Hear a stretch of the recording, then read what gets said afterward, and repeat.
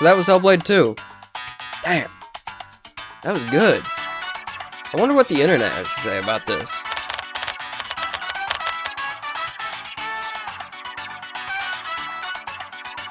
No. No, that can't be right. No, they all say it's shit. Well, what do people say about the game on Steam then? Holy damn, they like it! Well, if I like this game, and the majority of people who have played this game like this game, then what could people be complaining about that makes them hate it so? One Google search later. The contradicting statements, man. Half-baked opinions. All in a rush to get out content, because you know you don't have genuine thoughts on a game. Someone needs to make a review about this game before everyone shits on it for no reason. Somebody call an expert.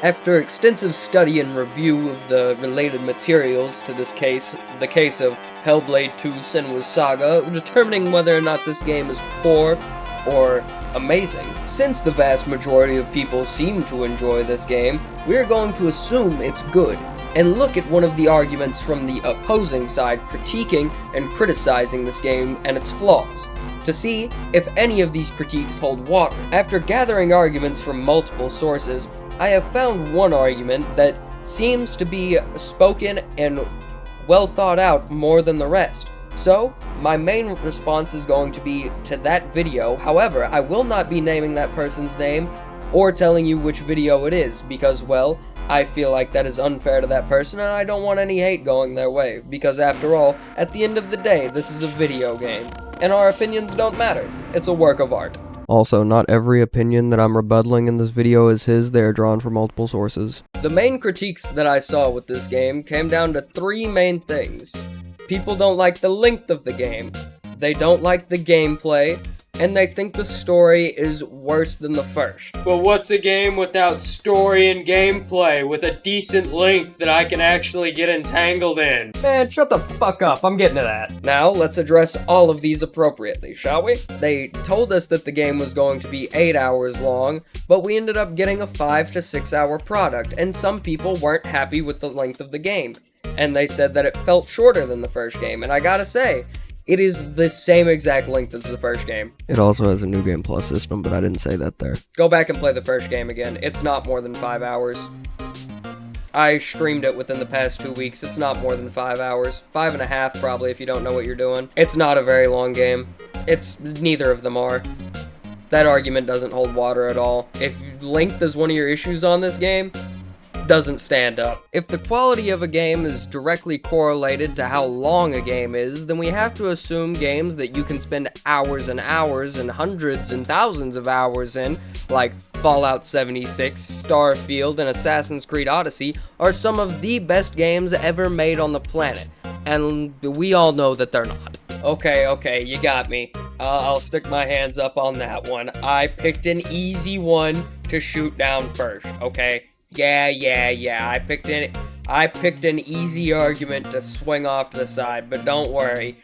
We're gonna talk about the gameplay now. Subscribe. Now, a lot of people don't like the second game's gameplay because it's not the first. The first game's gameplay, the combos felt a lot more fluid, they felt faster, it felt more like a video game, while not being the best combat system in the world. You load up the first game, go up against any enemy, and if you're playing on an Xbox controller, press BXY over and over again. You will defeat the enemy. It doesn't matter what the enemy is. BXY.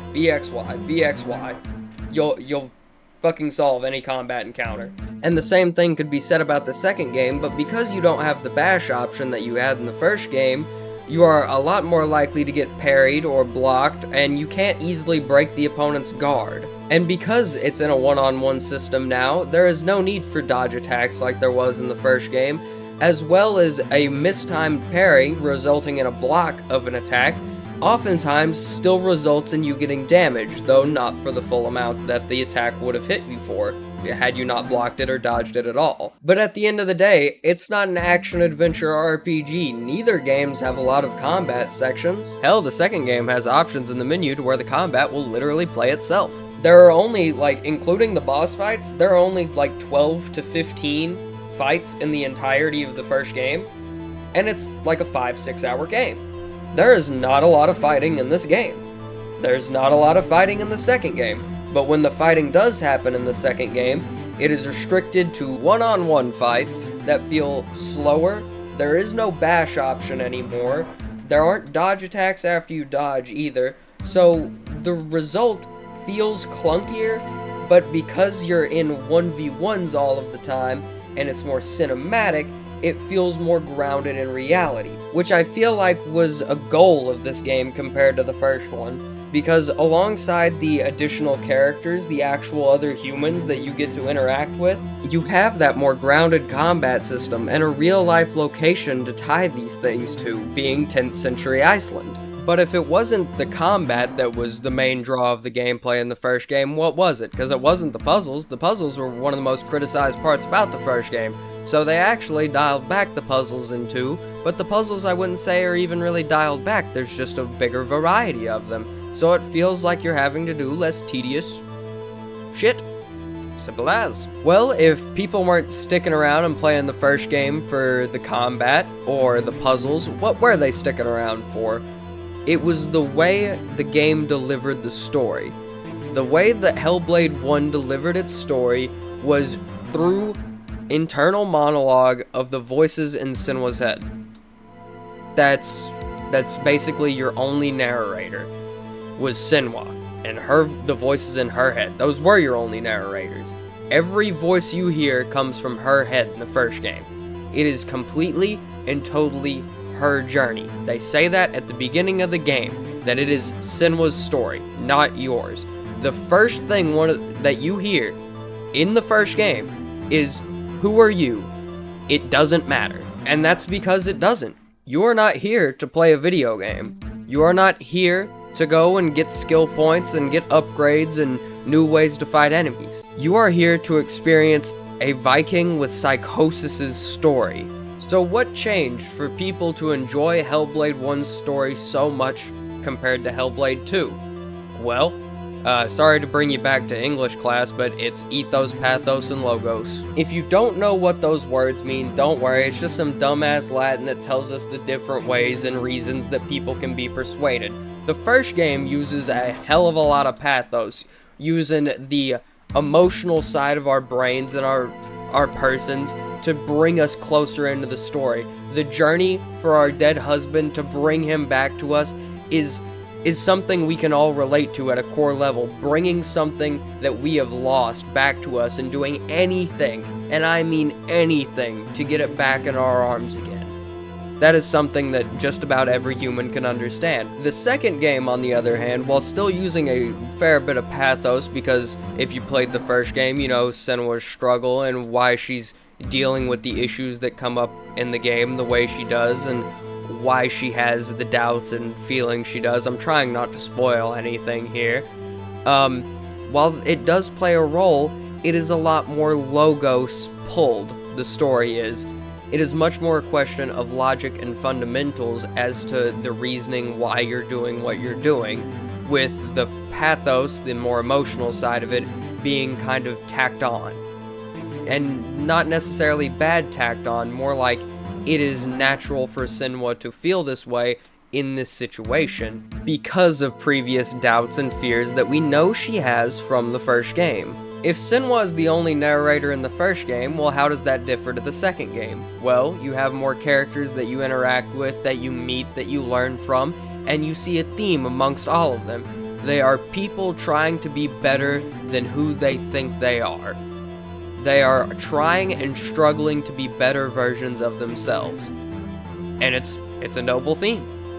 And it's one that works well. Without spoiling anything, it does end up costing one of the characters their lives in a pretty emotional scene because you got to see the character grow as much as they did. If the first game was about Senwa overcoming her own darkness and learning to live with the demons that she has inside of her, or the voices, or whatever you want to call them, then the second game is about learning that everyone has a bit of darkness inside them, and you may be able to fight the darkness on your own, but the only way you're going to be able to rid yourself of it is through friendship and companionship. But because of these extra characters in the game, the voices have to take a step back. They are no longer the prominent and only narrator in the game.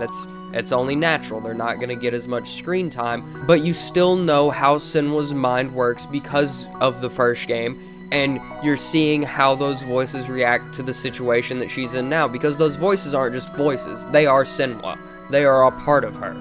They are how she's reacting to the situation, consciously and subconsciously. They are the literal personification of everything that Senwa thinks is wrong with her and the world. That is what they are. They are going to be there. I remember seeing something where someone was complaining that the voices didn't add anything to the second game, and that they felt like it just made the game miserable and there wasn't a way to turn them off. To that, sir, I say you are stupid and you should shove a cactus in your ass. I've also seen a fair amount of people complain that it's functionally the same as the first game, but so many people complain that it's not the first game that I can't be bothered to take that opinion seriously. At the end of the day, you've got a good story, great visuals. Maybe it's not as emotionally enthralling as the first game, and maybe the combat's not exactly what you were expecting, but it's an experience more than it is anything. It's a cinematic work of art, and yes, the cat's still here. I know you guys can barely see him. He's out of here. Normal, do you want to say hi? My name is Walter Hartwell White. I live at 308 Negra Arroyo Lane, Albuquerque, New Mexico, 87104. Love the game, and I enjoyed playing it thoroughly. I was genuinely surprised when I saw as many negative reviews as I did, especially when the Steam page had as many positive ones as it did. Like this, I don't think it deserves the hate that is being dished its way. It's a great game, and if you wanna bash it for having a lack of gameplay because you're not fighting anything, then there are plenty of games that you could bash. The Long Hike is like one of the best rated games, one of the top rated, best sold games on Steam. And guess what that game's about? Take 3 fucking guesses what that game's about. Anyway, I've been Flopponomics. If you guys have enjoyed, as always, like, comment, subscribe. There's a Patreon, a couple bucks a month if you guys really want to support the channel. And thank you to our lovely patron, Krakenbender. This is not him, but this is, I imagine he's this much of a cutie patootie. Because all of my subscribers are cutie patooties. If you want to be as cutie of a patootie as this guy, then subscribe. See you guys. You guys don't stand a chance. Easy. Thoria, I got this.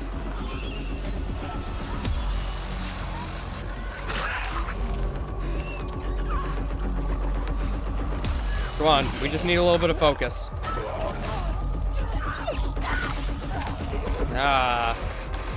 Said a little bit of focus, not a little bit of eat that shit.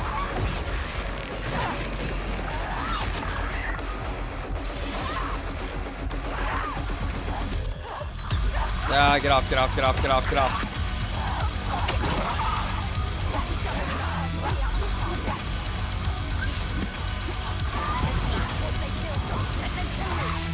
I'm trying not to let him kill me.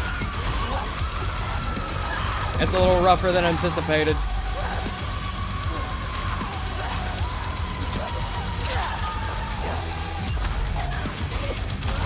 Oh, God.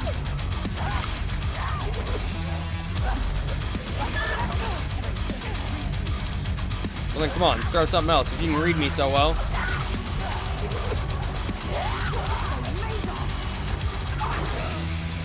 I parried that. I parried that so hard. Whatever.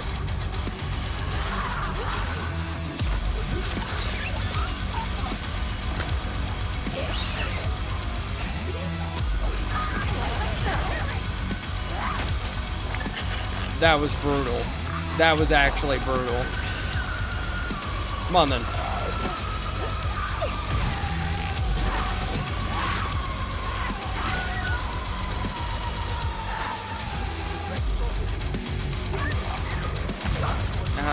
I really need to stop falling for that.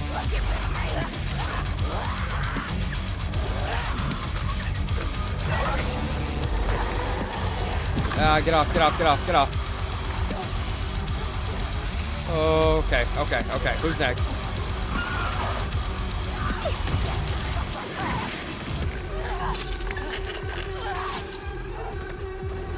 Anyone else?